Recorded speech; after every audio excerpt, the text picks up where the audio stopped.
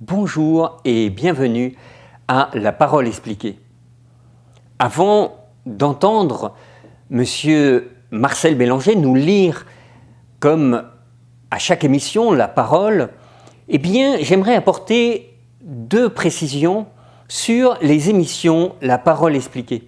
La première est bien évidemment de vous remercier pour tous les témoignages que vous nous envoyez, et en particulier par courriel, téléphone ou par rencontre, avec ces rencontres interpersonnelles qui nous permettent vraiment de comprendre vos attentes, de comprendre réellement ce que vous voulez nous dire.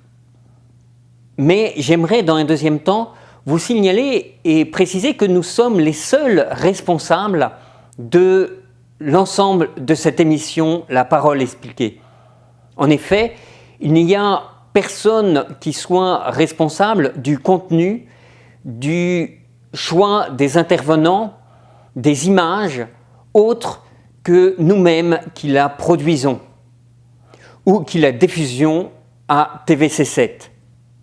Ainsi, si vous le désirez, vous pouvez nous donner, comme je le disais, des commentaires et nous en sommes très heureux, mais il n'y a pas d'approbation, il n'y a pas d'organisme extérieur à nous qui va justifier cette émission.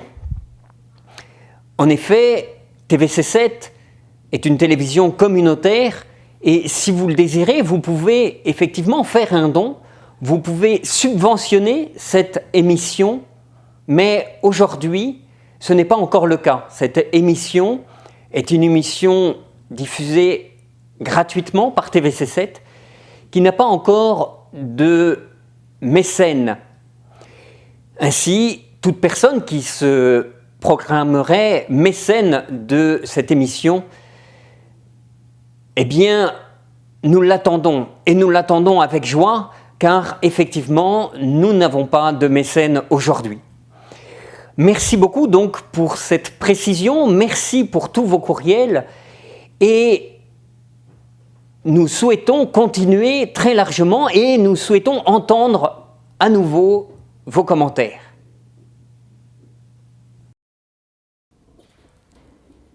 Très chers téléspectateurs, il me fait plaisir de vous souhaiter la plus cordiale des bienvenues à cette émission. En ce dimanche de la commémoration des fidèles défunts, nous avons un invité un petit peu spécial, le père Richard Boulet, des Clercs de Saint-Viateur, que vous avez sans doute connu du temps qu'il était dans notre diocèse.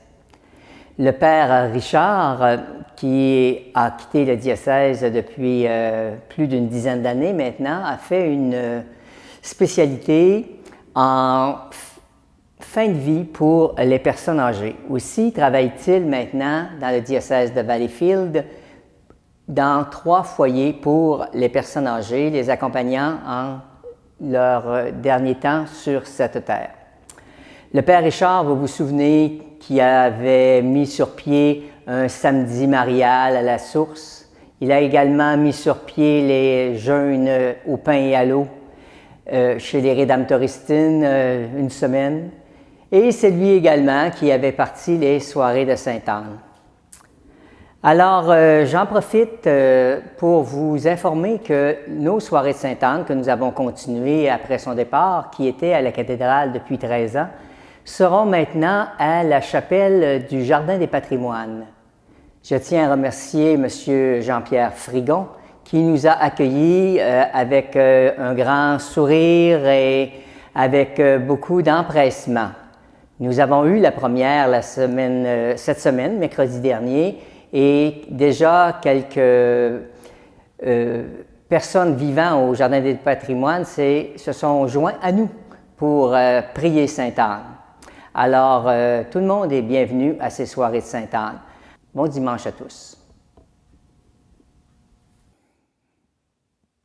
Lecture du livre de la sagesse. Même s'il meurt avant l'âge, le juste trouvera le repos. La dignité du vieillard ne tient pas au grand âge, elle ne se mesure pas au nombre d'années. Pour l'homme, la sagesse surpasse les cheveux blancs, une vie sans tache vaut une longue vieillesse. Il a su plaire à Dieu, et Dieu l'a aimé. Il vivait dans ce monde pécheur. Il en fut retiré. Il a été repris, de peur que le mal ne corrompe sa conscience, pour que le mensonge n'égare pas son âme. Car les séductions faciles font perdre de vue le bien, et l'entraînement de la passion trouble un cœur innocent. Arrivé au but, en peu de temps, il a couvert une longue route.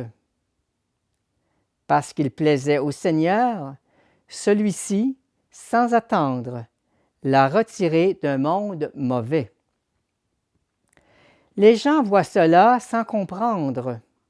Il ne leur vient pas à l'esprit que Dieu accorde à ses élus grâce et miséricorde et qu'il veille sur ses amis.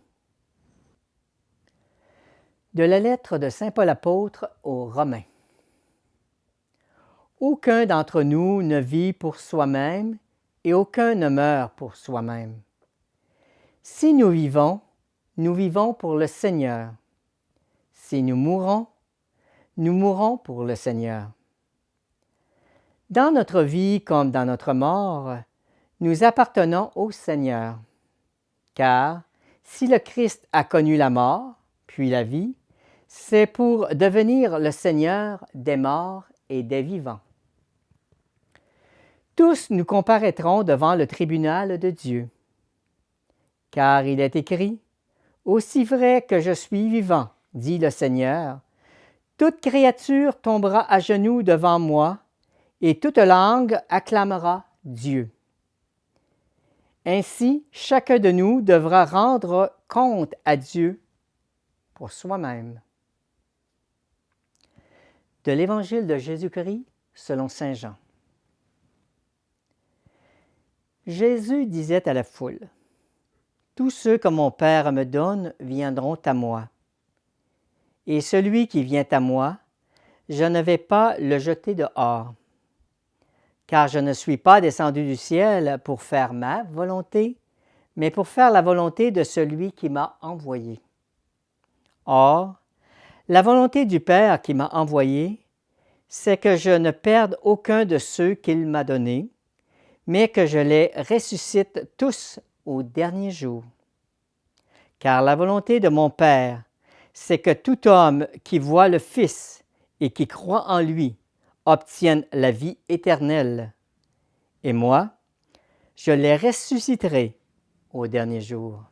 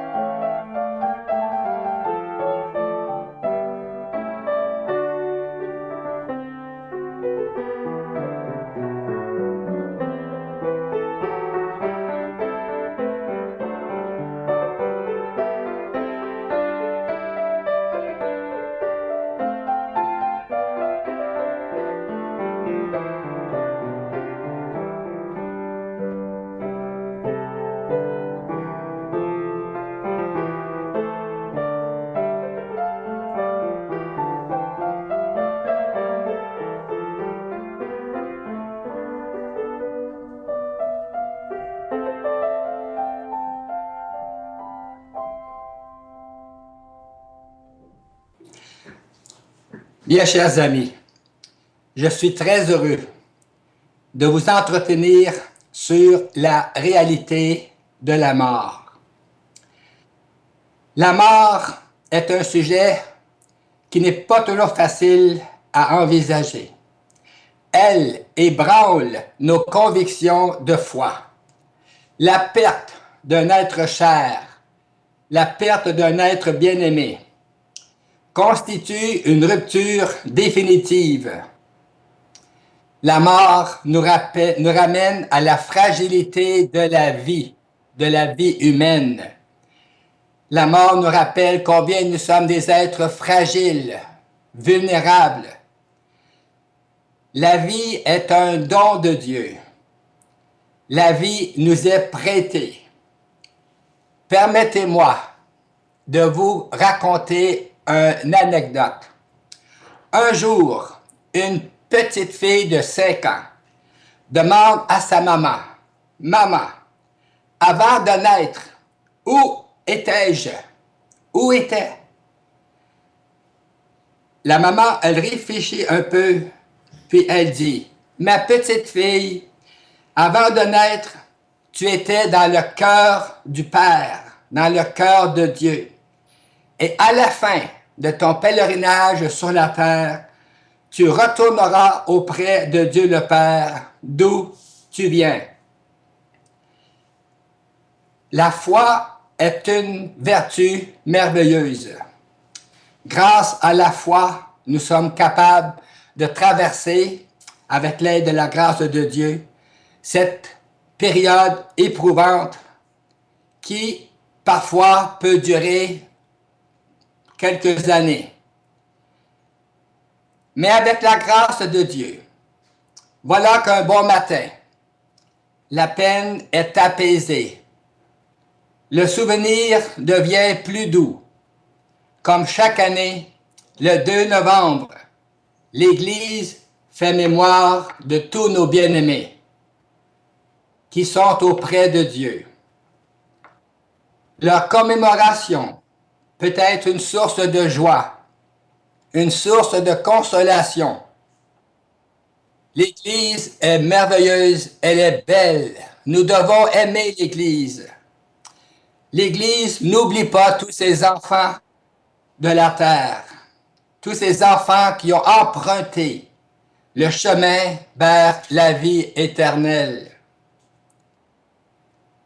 Notre espérance chrétienne, elle est une force, c'est une vertu qui nous permet de puiser à la source vivifiante de la parole de Dieu.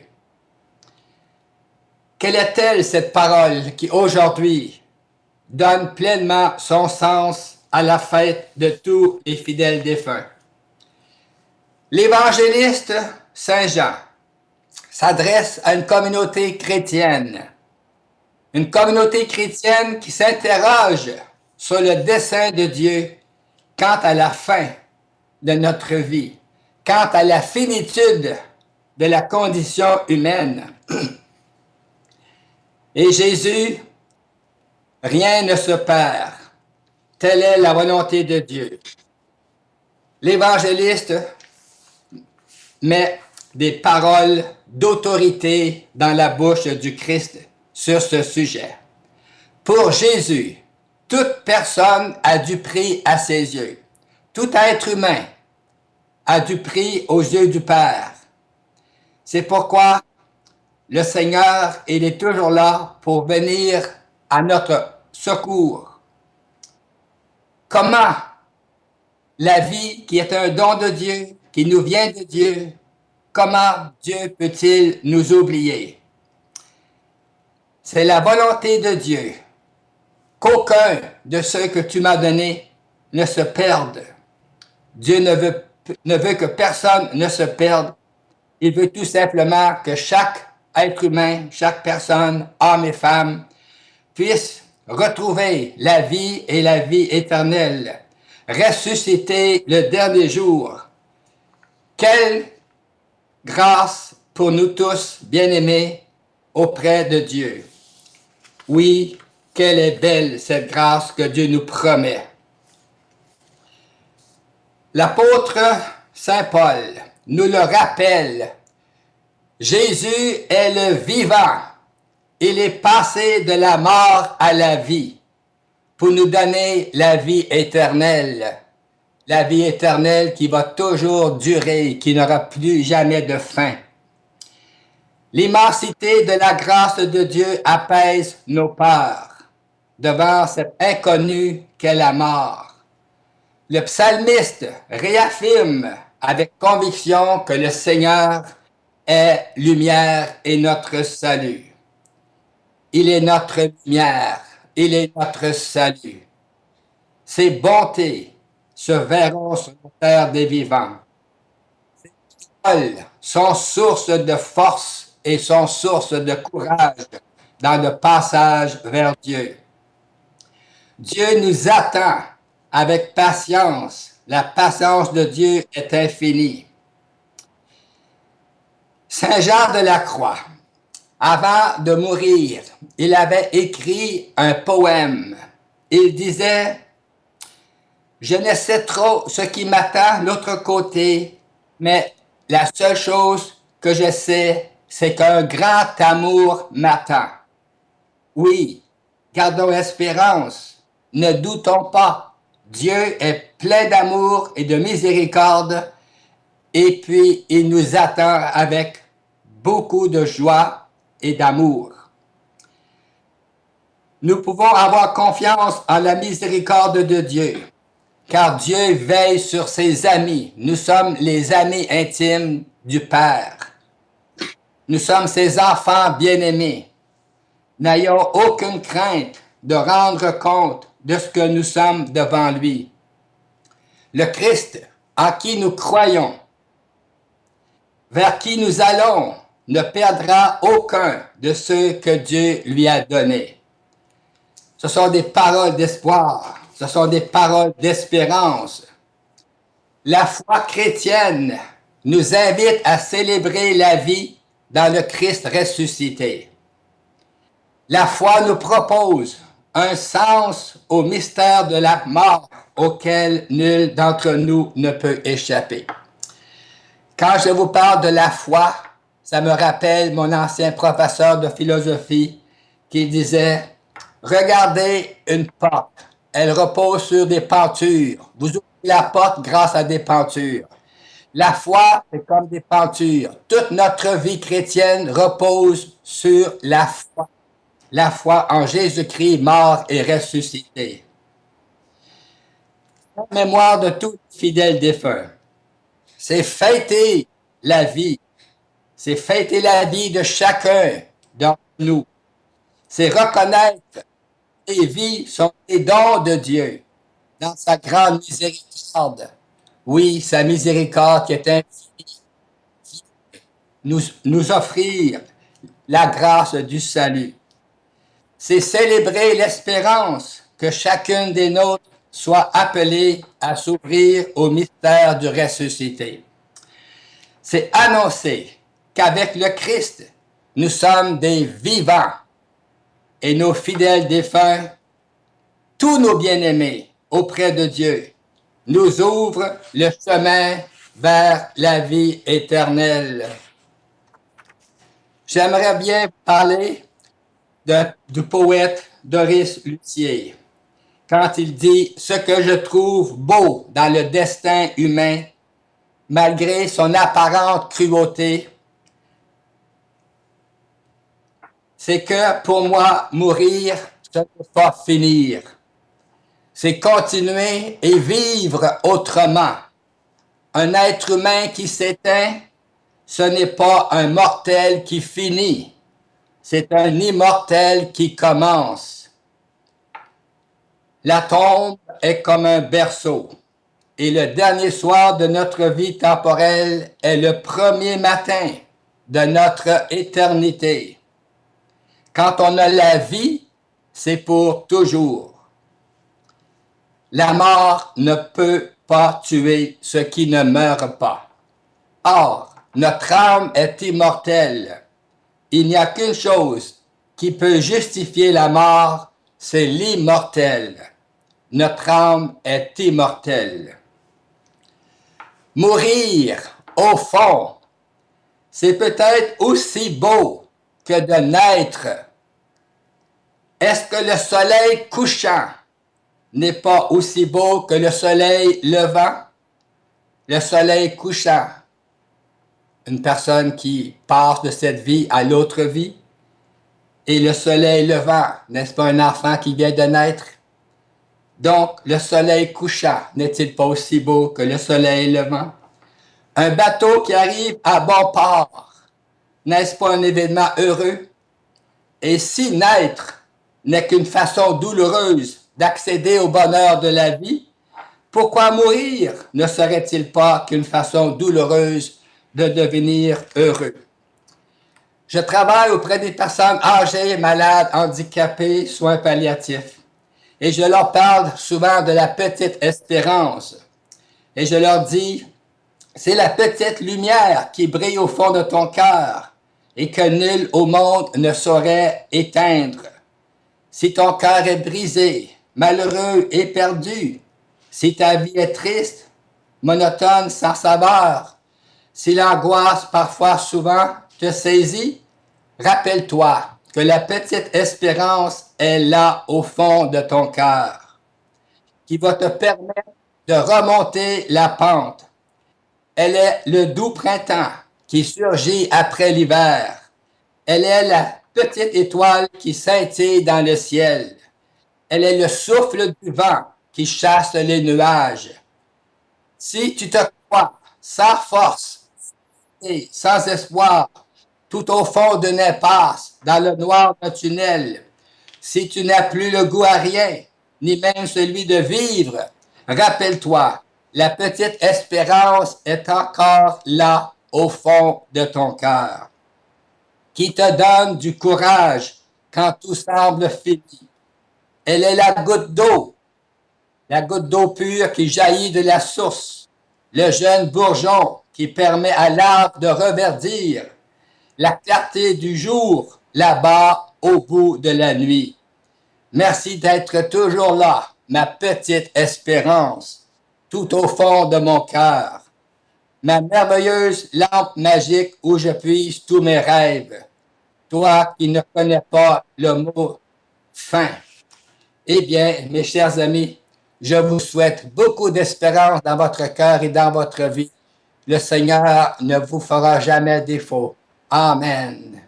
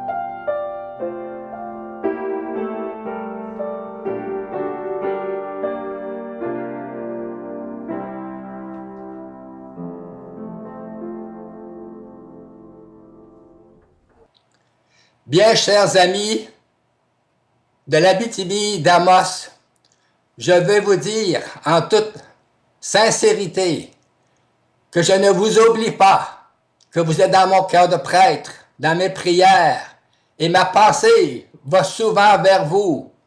Je veux vous remercier pour le soutien que vous m'avez apporté pendant que j'étais à Amos, votre soutien fraternel, vos prières, et sachez que je continue à prier pour vous. Je vous aime de tout mon cœur. Amen.